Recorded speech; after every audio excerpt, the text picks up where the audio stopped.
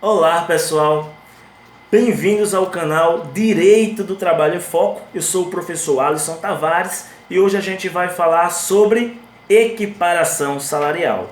O tema de hoje, pessoal, assim como o tema de todos os outros vídeos já postados aqui no canal, se você não assistiu, dá uma conferida. Tem teletrabalho, contrato intermitente, banco de horas, comentários a questões da OAB. Então você dá uma conferida, vale a pena. Esse tema, pessoal, é definido por meio de uma enquete que vai ao ar toda terça-feira no meu Instagram. Lá no stories do meu Instagram, @AlissonTemelo, toda terça-feira eu posto uma enquete. E aí você vota, ajuda a definir o tema que vai ao ar na quarta-feira aqui no nosso canal. Ok? Não deixa de se inscrever no canal, pessoal. Se inscreve no canal, clica no sininho para receber notificação, deixa comentários com sugestões, dúvidas para que a gente possa estar interagindo, aperfeiçoando o nosso trabalho. Gostou do vídeo? Dá um like, compartilha com os amigos. Nos ajuda a manter esse trabalho que é feito com muito carinho e amor. Mas vamos ao que interessa, vamos falar de equiparação salarial. Equiparação salarial é um tema que desperta a atenção sempre, pessoal. Seja em sala de aula, seja em cursos, seja em palestra, quando a gente fala em equiparação salarial, todo mundo desperta. Por quê? Porque é algo recorrente nas empresas a gente encontrar a seguinte situação. Dois funcionários que trabalham para o mesmo empregador, desempenham a mesma função e recebem salários diferentes. Ou seja, um deles, o que recebe menor salário, ele sofre uma discriminação salarial. Essa discriminação salarial, pessoal, ela é vedada pela nossa Constituição Federal, lá no artigo 7º, inciso 30. O artigo 7º, inciso 30 da Constituição Federal, ele veda, pessoal, a discriminação salarial. Esse assunto também é enfrentado pela nossa CLT, lá no artigo 461. E no caput do artigo 461 vai se encontrar o seguinte texto: sendo idêntica a função a todo trabalho de igual valor prestado para o mesmo empregador no mesmo estabelecimento, não poderá ser pago salários diferentes em razão de sexo ou etnia. Quando a gente lê o caput do artigo 461, logo a gente conclui o que, pessoal? A gente conclui que para pedir equiparação salarial, não basta que os salários sejam diferentes. A gente precisa preencher 4 requisitos. Certo, pessoal? E quais são esses requisitos, professor? Os requisitos estão aí no artigo 461. Vamos identificar eles? Idêntica função.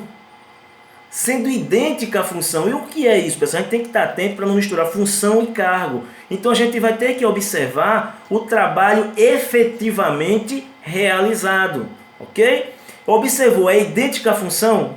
Passou para o segundo requisito, que é igual valor. E o que é igual valor para o legislador? Para o fim de equiparação salarial? Essa resposta está contida no parágrafo 1º do artigo 461. Que define como sendo o trabalho de igual valor o trabalho que é feito com mesma produtividade e mesma perfeição técnica para trabalhadores que não possuam diferença superior a 4 anos de serviço para o mesmo empregador e não tenham tempo superior a 2 anos no desempenho da mesma função. Aqui, pessoal, eu chamo a atenção que antes da reforma trabalhista, essa questão de tempo era só no que toca ao exercício da função. Não poderia ter tempo, superior a 2 anos entre quem estava pedindo a equiparação salarial e o paradigma. Certo? Não poderia ser superior a 2 anos. Com a reforma, criou-se um dificultador a mais, criou-se um novo obstáculo, que é o tempo com relação a o empregador, o tempo de serviço prestado para o empregador, que não pode ser superior a 4 anos.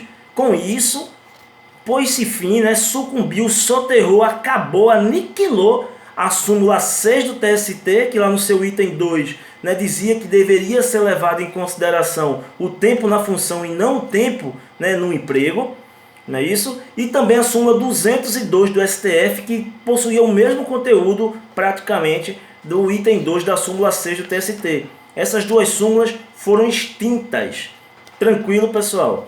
Antes da gente partir para a análise do terceiro requisito, cabe aqui a gente definir o que é esse paradigma, né? Se vocês não estão lembrados ou não sabem o que é paradigma, paradigma é o funcionário que a gente toma como exemplo, como a gente toma como referência para pedir o nosso aumento salarial, a equiparação salarial. Né? A pessoa diz, fulaninho exerce a mesma função que eu, ou seja, faz a mesma coisa que eu faço aqui na empresa e recebe mais do que eu. Fulaninho é o paradigma.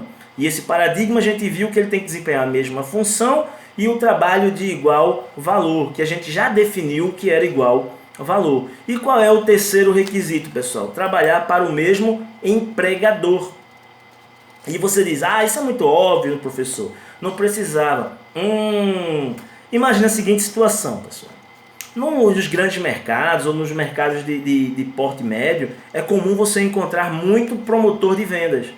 E esses promotores de vendas, eles trabalham para empresas diferentes e desempenham a mesma função. Mas eles não podem pedir equiparação salarial. Por quê? Porque eles não trabalham para o mesmo empregador. Embora eles preencham os outros requisitos de ter a mesma função, eles fazem trabalho de igual valor e eles estejam no mesmo estabelecimento. Eles não vão poder porque não trabalham para o mesmo empregador. Tranquilo? Mesmo estabelecimento empresarial. É o quarto requisito que tem que ser preenchido para se pedir a equiparação salarial. Antes da reforma não se falava em estabelecimento empresarial. Se falava em localidade, mesma localidade, que era entendida a localidade como a região metropolitana, as cidades circunvizinhas, né, a região metropolitana, todos que trabalhavam na região, na localidade e preenchessem os demais requisitos, tinham direito a pedir a equiparação salarial. O reformador aqui dificultou mais uma vez esse pedido de equiparação salarial. E aí você disse, pronto, então quer dizer que se preencheu os 4 requisitos, ele tem direito à equiparação salarial, né, professor? Em tese, sim. Em tese, professor? Como assim em tese? Você acabou de dizer?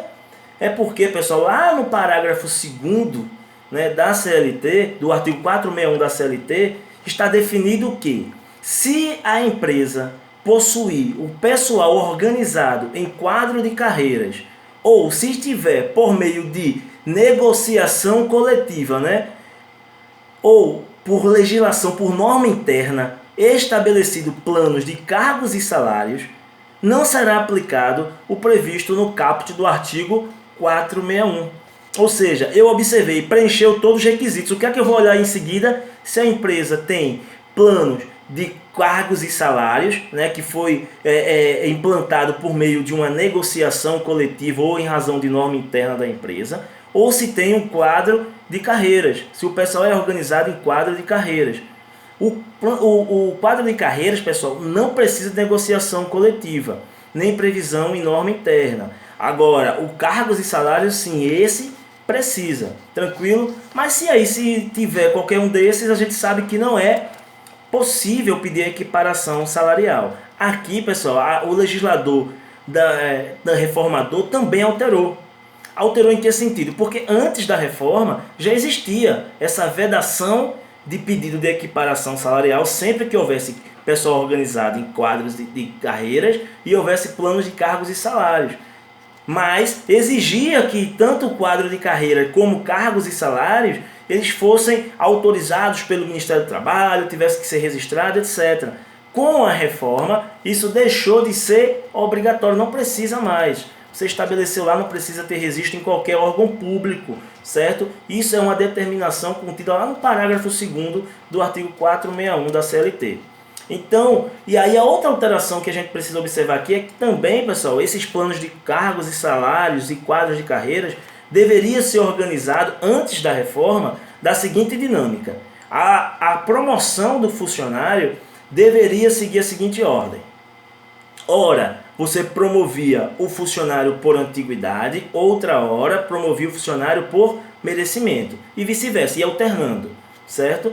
Agora, depois da reforma, não mais. Foi alterado o parágrafo 3º de modo que pode o empregador definir: eu vou aqui promover todo mundo na base da meritocracia, só vai ser promovido por mérito. Ou ele pode definir que vai ser por antiguidade, ou ele pode definir que vai ser como era antes, pelos dois critérios. Ou seja, o reformador deixou isso livre, extinguiu aquilo. E aí você pensou: pronto, agora está tranquilo. Preencheu os 4 requisitos, idêntica função, igual valor, já olhei a questão do tempo, não tem mais de 4 anos prestando serviço para o mesmo empregador, nem tem mais de 2 anos da mesma função, trabalha para o mesmo empregador no mesmo estabelecimento. Então, olhei, a empresa não tem o pessoal organizado em quadros de carreiras e não existe planos de cargos e salários.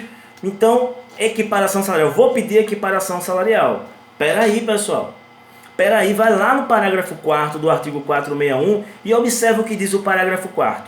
O parágrafo 4º do artigo 461, ele vai trazer um óbice, uma proibição a esse pedido de equiparação salarial, sempre que o paradigma, se o paradigma estiver naquela função em decorrência de uma readaptação advinda, ou seja, uma readaptação em função de uma deficiência física ou mental atestada pelo órgão competente da Previdência Social. Ok? Atestou o INSS que a pessoa tem uma deficiência física ou mental e deve ser readaptada, essa pessoa não vai servir para paradigma. Não importa se preencheu todos os outros requisitos, não vai servir para paradigma.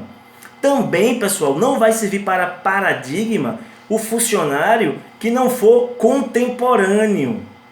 Se você vai pedir equiparação salarial e você está buscando esse pedido, fundamentando este pedido, com base em um funcionário remoto, antigo, da empresa lá atrás, em outra situação, você não vai obter êxito, porque o parágrafo 5º do artigo 461, ele estabelece que o paradigma deve ser contemporâneo, ok? Não pode ser remoto, ok, pessoal? E aí a gente vai para o parágrafo 6º do artigo 461 para a gente finalizar esse tema. Lá no parágrafo 6º do artigo 461 vai dizer o seguinte: ocorreu a discriminação salarial e comprovou-se que ela decorreu em razão de sexo ou etnia, fora o dever de pagar as diferenças salariais ao funcionário que estava sendo discriminado, será este empregador punido com o pagamento de uma multa. Ele deverá pagar uma multa no valor de até 50% do teto do benefício do regime geral da Previdência Social. Então vai se pegar o valor do maior benefício, o maior valor de benefício do regime geral de Previdência Social, e vai se calcular uma multa de até 50% se comprovar que essa discriminação foi em função de sexo ou etnia. Pessoal, isso era o que eu tinha a pontuar com vocês acerca de equiparação salarial. Espero que vocês tenham gostado do vídeo. Não esquece de deixar um like, compartilhar com os amigos. Não deixa de se inscrever no canal, certo? Vai lá no Instagram, @AlissonTemelo, e nos segue. Aguardo vocês, pessoal. Até o próximo vídeo. Um abraço.